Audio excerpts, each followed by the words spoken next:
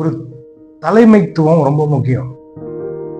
யார் கீழே நம்ம இருக்கிறோம், இது நிறைய பேருக்கு இந்த பாக்கியம் கிடைக்காது. நிறைய பேருக்கு பாக்கியம் கிடைக்காது. உண்மையான ஒரு தலைமைத்துவத்துக்கு கீழே நம்ம பிள்ளைங்களும் சரி, இந்த எதிர்கால சந்ததியும் சரி, அவங்க கீழே வரணும்.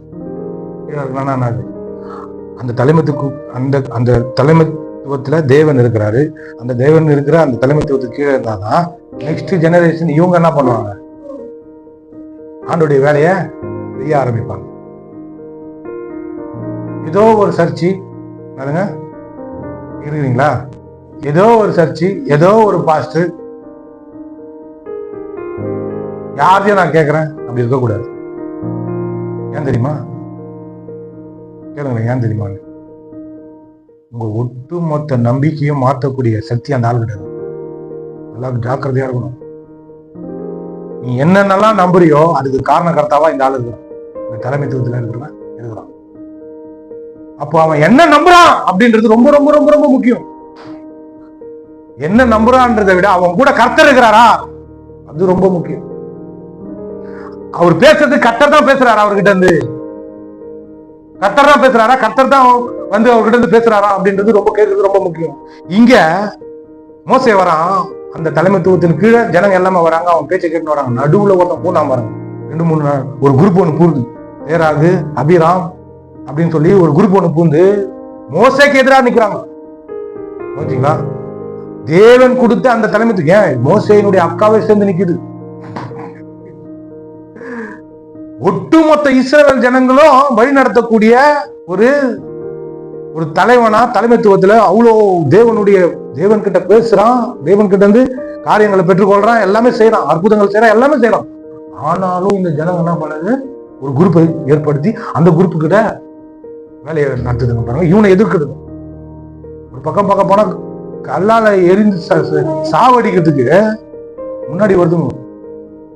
எவ்வளவு அற்புதத்தை செஞ்சு கண்ணால பார்த்த ஜனங்களா, அவங்களுக்கு எல்லாம் அற்புதம் கேஷுவல் ஆயிடுச்சு. ரொம்ப ஜாக்கிரதையா இருக்கணும் பாருங்க. யாருக்கிட்ட நம்ம பிள்ளைங்களை அனுப்புறோம், எந்த தலைமைத்துவத்துக்கு கீழே இருக்கிற ஜபம் பண்ணிட்டு போகணும். ஆண்டவரே, இந்த ஊழியக்காரருடைய வார்த்தையை நான் கேட்கணுமா வேணாம். நான் பைபிள் காலேஜ் போகும்போது கூட பாருங்க, ஆண்டவர் ஆவியானவர் நடத்துறாரு. அந்த ஆவியானவர் நடத்துதுல போன நான் ஜபம் பண்ணேன். ஆனா ஆண்டவர் என்கிட்ட பேசினாரு, இந்த மாதிரி அறுப்பு மிகுதி வேலையாட்களை கொஞ்சம் போது அங்க இருந்து அந்த சத்தம் கேட்குது, அதுக்கு கீழ்ப்படிஞ்சு நான் போறேன். ஆனா எங்க போனோம் ஏது போனோம்னு எனக்கு தெரியாது. ஆனா பாஸ்டர் வச்சு ஆண்டவர் நடத்துறாரு. இங்க பைபிள் காலேஜ் இருக்குதுன்னு சொல்றாரு. நான் ஒதுக்கி டிவியில பாக்குறேன், சாம் பாஸ்டர் பேசுறாரு. ஒருவன் கிறிஸ்துவுக்குள்ள இருந்தா அவன் புது சிருஷ்டியா இருக்கிறான் அப்படின்னா என் உள்ள அப்படியே உள்ள துள்ளுது. அட்டா அட்டா அட்டா அட்டா நம்ம சத்தியண்டா இது, நம்புகடா இது அப்படின்னு துள்ளுது. புதிய டிவி போது பாக்குறேன், ஒருவன் கிறிஸ்துவுக்குள்ள இருந்தால் புது சிருஷ்டியா இருக்கிறான், பழைய ஒழிந்து போன எல்லா புதிதாக போது இந்த வசனம் இந்த வசனம் நம்ம பைபிள்ல தான் இருக்குது அப்படின்னு பாக்குறேன். போது இங்கதான் போனோன்னு உள்ள ஒரு வாஞ்ச சத்தம் கேக்குது பாருங்க. போனேன், ஸ்ட்ரெயிட்டா போனேன். அங்க போயிட்டு எவ்வளோ முழுங்க முடியுமோ, எவ்வளோ என் குடலை நிரப்ப முடியுமோ நிரப்பினேன். ஆவிக்குரிய குடலை போட்டு பாருங்க, பைத்தியம் முடிகிற நிலைமைக்கு வந்தாச்சு. பைபிள் காலேஜ்ல நல்ல ஒரு தலைமைத்துவத்துல இருந்தேன்.